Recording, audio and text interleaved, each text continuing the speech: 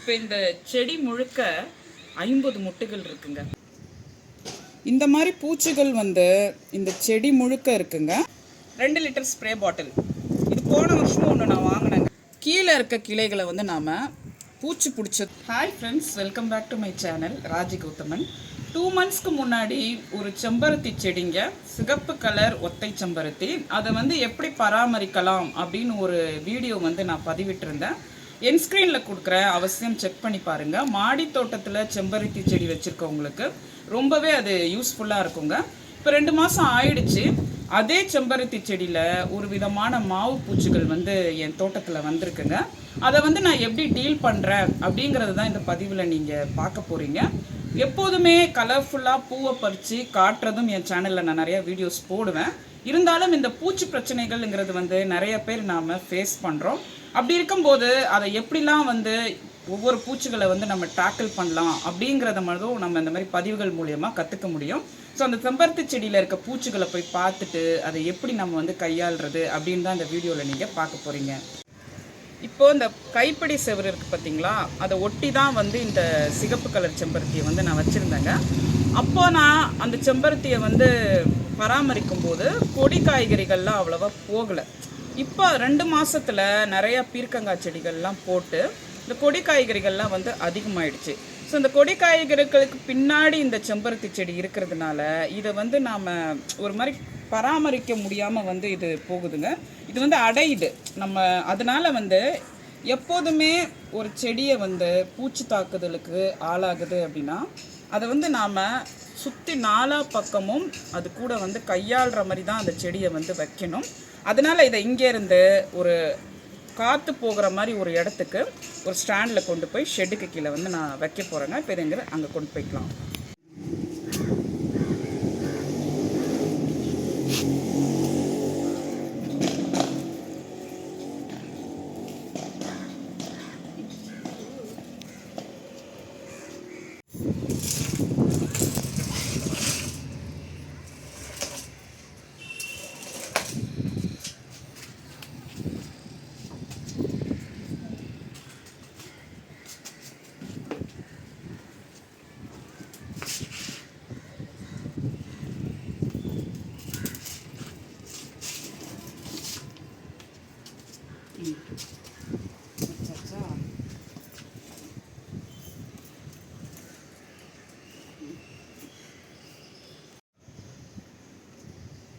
இந்த மாதிரி பூச்சிகள் இந்த செடி முழுக்க இருக்குங்க. இதுக்கு நான் ஒரு யூஸ் பண்ணி முடிஞ்சு போன ஒரு ப்ரஷ்ஷுங்க அது. அதாவது இப்போ பல் வளர்க்குறதுக்கு யூஸ் பண்ணுறதில்ல. இந்த மாதிரி பூச்சிகள் வந்ததுனால இதில் திரும்பவும் எறும்புகளும் வர தொடங்குது. இது பாருங்கள், இது ஒரு வகையான மாவு பூச்சிலேயே ஒரு வெரைட்டி. இது எல்லா மாவு பூச்சும் ஒரே மாதிரியே இருக்கிறதில்ல. அதில் இது ஒரு வெரைட்டி. இது எல்லாத்தையும் நாம் இந்த மாதிரி ஒரு ப்ரஷ்ஷு வச்சு தாங்க க்ளீன் பண்ண முடியும்.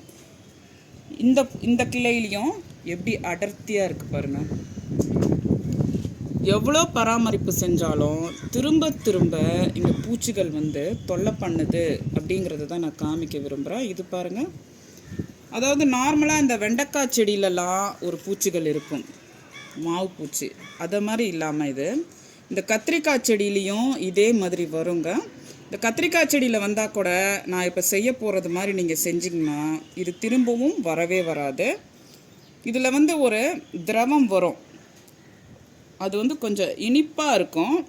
அதுக்கு தான் இந்த எறும்புகள் எல்லாமே அதை சாப்பிடும். அது நிறையா இருக்குது பாருங்கள், அதுவும் கடிக்கிற எறும்பாக இருக்குது. ஸோ இந்த நேரத்தில் இதை நம்ம சரியான முறையில் ட்ரீட் பண்ணல அப்படின்னா இந்த செடி இறக்கிறதுக்கு கூட வாய்ப்பு இருக்குது. இதுவே ஒரு ஃப்ரீயாக கிடச்ச செடி தான். ஒரு கிளை விடாமல் எல்லாத்துலேயும் இந்த மாதிரி இருக்குது. இதில் நம்ம எடுத்ததும்லாம் வேப்ப எண்ணெயை அடிக்கவே முடியாதுங்க. நான் செய்கிறது நீங்கள் செஞ்சுட்டு அதுக்கப்புறமா நான் ஒரு பூச்சி விரட்டி கொண்டு வந்திருக்கேன், அதை தெளிக்கலாம். எப்படிப்பட்ட ஒரு செடியாக இருந்தாலும் கீழே இருக்க கிளைகளை நாம் பூச்சி பிடிச்சதுமே கட் பண்ணிடணும். ஏன்னா இந்த கீழே இருக்க இலைகள் தான் ஃபஸ்ட்டு பாதிக்கப்படும். இதை நம்ம கிளியர் பண்ணி திரும்பவும் அதே செடியில் விடக்கூடாதுங்க. அதனால் இந்த கீழே இருக்க கிளைகளை நான் கட் பண்ணுறேன். இது கொஞ்சம் திக்காக தான் இருக்குது, இருந்தாலும் இது வேண்டாம். இங்கே பாருங்கள் எப்படி இருக்குது பாருங்கள். இந்த செம்பருத்தி பூச்செடியை பொறுத்த வரைக்கும் இந்த மாதிரி பிரச்சனை நிறையா வருங்க. இதோ ஒரு கிளை இருக்குது, இதையும் நான் கட் பண்ணிடுறேன். இப்போ பாருங்கள், இந்த இடம் முழுக்க நல்லா காற்று போயிட்டு வரும். எறும்புகள்லாம் எவ்வளோ இருக்குது பாருங்கள், நிறைய இருக்குது இதில். இப்போ இது எல்லாமே இறக்க போகுது. இப்போ இந்த கீழே இருக்க இடம் ஃபுல்லாக காற்று போயிட்டு அழகாக இருக்க மாதிரி இருக்குது. இது வரைக்கும் கிளைகள் வந்தால் விட்டுடலாம் வளர்கிறதுக்கு, இதுக்கு கீழே வேண்டாம். இந்த ஒரு கிளையில் மட்டும் 1 2 3 4 இங்கே பாருங்கள் திரும்பவும் மொட்டுக்கள் வருது. இது பாருங்கள் இங்கேயும் வருது. ஸோ இது திரும்பவும் பழைய மாதிரியே பூக்கள் கொடுக்க தொடங்கியிருக்கு. இந்த ஸ்டேஜில் இந்த மாதிரி ஒரு பிரச்சனைனா அது ரொம்ப கஷ்டங்க. அதனால் நாம் இந்த மாதிரி ஒரு ப்ரெஷ்ஷை வச்சு ஃபுல்லாத்தையும் அதை பொறுமையாக தான் க்ளீன் பண்ணி ஆகணும்.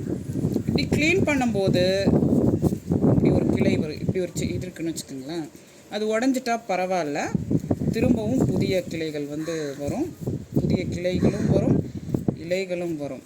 ஸோ இந்த ப்ரெஷ்ஷை வச்சு நாம் இதை ஃபுல்லாத்தையும் வந்து எடுத்துடணும். இங்கே கூட இருக்குது பாருங்கள்.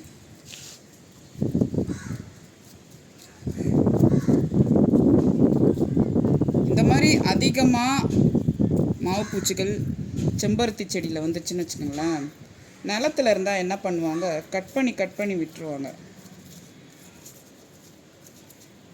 அப்போ அதுலேருந்து புதிய கிளைகள் வரும்.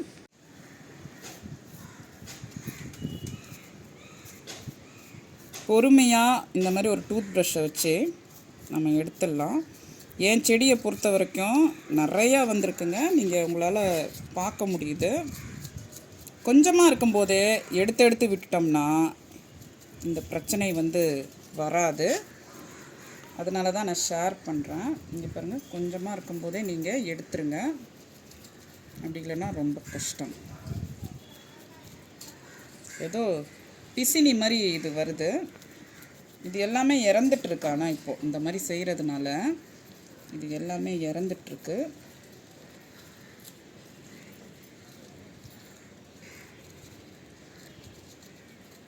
ஹேண்ட் க்ளவுஸ் போட்டிருந்தாலும் போட்டுக்கிட்டு பண்ணலாம். அப்போ வந்து இது உங்கள் கைக்கு வராது, எறும்புகளும் வந்து உங்களை கடிக்காத இருக்கும். இவ்வளோ வர வரைக்கும் ஏன் நீங்கள் விட்டீங்க அப்படின்னு உங்களுக்கு தோணலாம். நான் சொன்ன மாதிரி இது ஒரு கொடி காய்கறி போயிட்டு இருந்தது, அது பின்னாடி இருந்தது, எடுத்து கிளியர் பண்ணலாம் அப்படின்னு சொல்லிக்கிட்டு நாட்கள் போயிடுச்சுங்க. இப்போ இதுக்கு சரியான நேரம். இப்பயும் பண்ணலன்னா அவ்வளோதாங்க, முடிஞ்சு போச்சு இதுக்காக.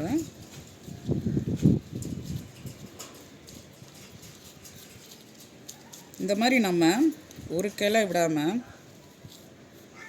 எல்லாத்துலேயும் நம்ம கிளியர் பண்ணிடணும்.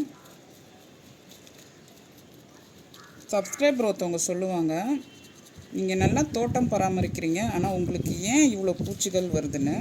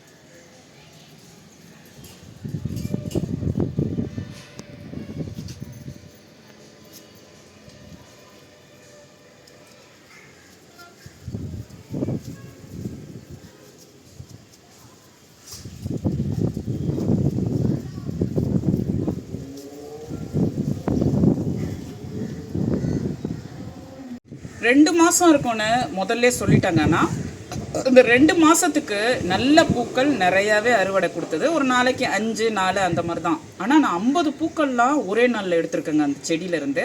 ஸோ ஒரு 2 மாதம் வந்து மற்ற செடிகள் பராமரிப்பில் இதை நம்ம விட்டுட்டோம் அப்படின்னே வச்சுக்கலாம்.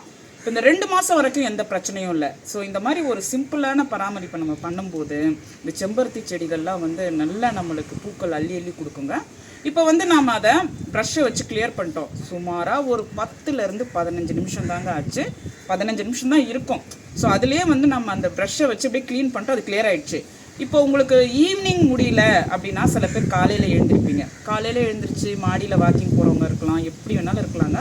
ஒரு சின்ன ப்ரஷ்ஷை எடுத்துகிட்டு வந்து லைட்டாக நம்மளுக்கு கொஞ்சம் அருவருப்பாக தான் இருக்கும். இதனா பூச்சியில் போய் தீத்தணுமா அப்படிங்கிற போது அதை தீக்கும் போது நம்மளுக்கு ஒரு மாதிரி தான் இருக்கும். ஆனால் ஒன்ஸ் பழகிட்டிங்கன்னா அப்படியே நம்மளுக்கு அது பழக்கமாயிடும். எனக்கும் அப்படி தான் முதல்ல ஆரம்பிக்கும் போது தாங்க நம்மளுக்கு ஒரு மாதிரி இருக்கும், பூச்சியில் ப்ரஷ்ஷை வச்சு தேய்க்கணுமா அப்படின்னு.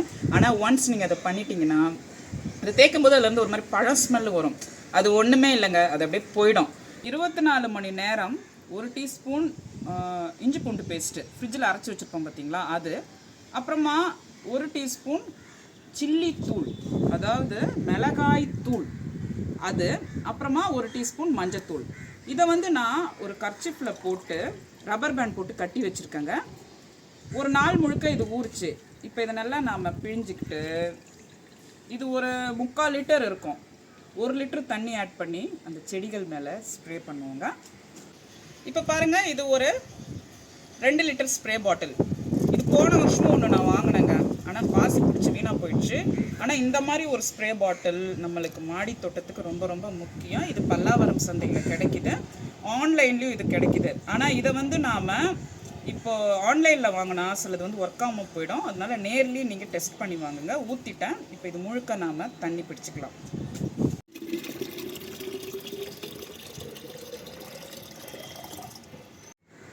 இதில் ஃபஸ்ட்டு நாம் இந்த இலைகளெல்லாம் நீக்கணும் பார்த்தீங்களா. அப்போ வந்து ஒளி ஒளியாக குச்சி குச்சியாக சின்ன சின்னதாக இருந்தது. இப்போ பாருங்கள், இதில் இலைகள் எவ்வளோ நல்லா பெருசாக இருக்குது. அதையும் நான் சொல்லிக்க விரும்புகிறேன். இப்போ வந்து நாம் இதை வச்சு நல்லா ஸ்ப்ரேயர் வச்சு நல்லா ஸ்ப்ரே பண்ணுங்க. அந்த வெள்ளையோட ஸ்பாட்ஸ் ஒன்று கூட அந்த இலைகள்லையோ எங்கேயுமே இருக்கக்கூடாது.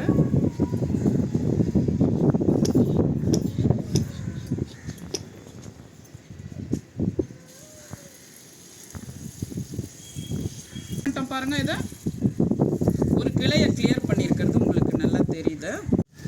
இப்போது இது ஒரு கிளைங்க, இதில் நம்ம ப்ரஷ் வச்சு கிளியர் பண்ணிட்டோம். இப்போ அதே பெஸ்டிசைட், அதாவது பூச்சி விரட்டி,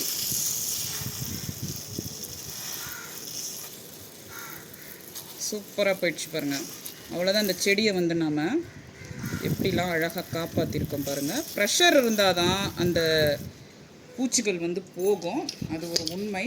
நீங்கள் சாதாவாக ஒரு ஸ்ப்ரேயரை வாங்கிட்டு ட்ரை பண்ணிகிட்டு இருந்தீங்கன்னா கண்டிப்பாக அது போகாதுங்க. அதனால் நீங்கள் இந்த மாதிரி ஒரு ஸ்ப்ரேயரையே ட்ரை பண்ணுங்கள்.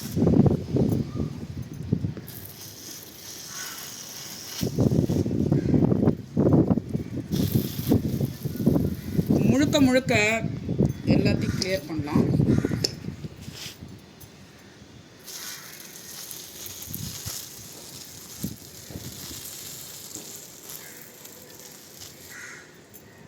ஒவ்வொரு கிளையாக எடுத்து பார்த்து செய்யணுமானா, ஆமாங்க, மாடி தோட்டம் பொறுத்த வரைக்கும் ஒவ்வொரு கிளை ஒவ்வொரு இலையும் நம்ம கவனமாக பார்க்கணும். அப்படி இல்லைன்னா கஷ்டம்தான்.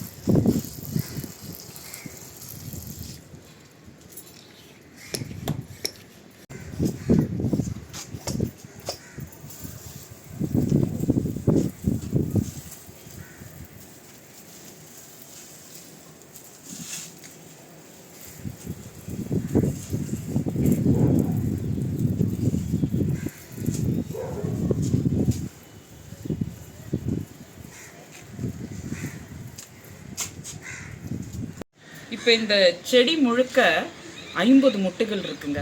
ஒரு கிளையிலேயே 6லேருந்து 7 இருக்குது. அப்போ இதில் சுமார் ஒரு 10க்கும் அதிகமாக இருக்குன்னு வச்சுக்கோங்களேன். ஸோ இவ்வளோ மொட்டுக்கள் வந்து இந்த செடிகளில் இருக்குது.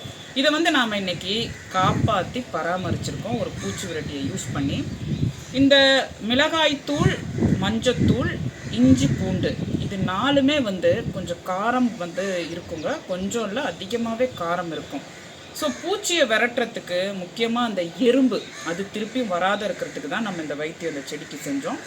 ஸ்ப்ரே பண்ணும்போது காற்றடிச்சதுன்னு வச்சுக்கோங்களேன், நம்மளுக்கு மூக்குக்கு மேலே உடம்புக்கு மேலெலாம் படும், அப்புறம் நம்மளுக்கு எரியறதுக்கு வாய்ப்பு இருக்குது.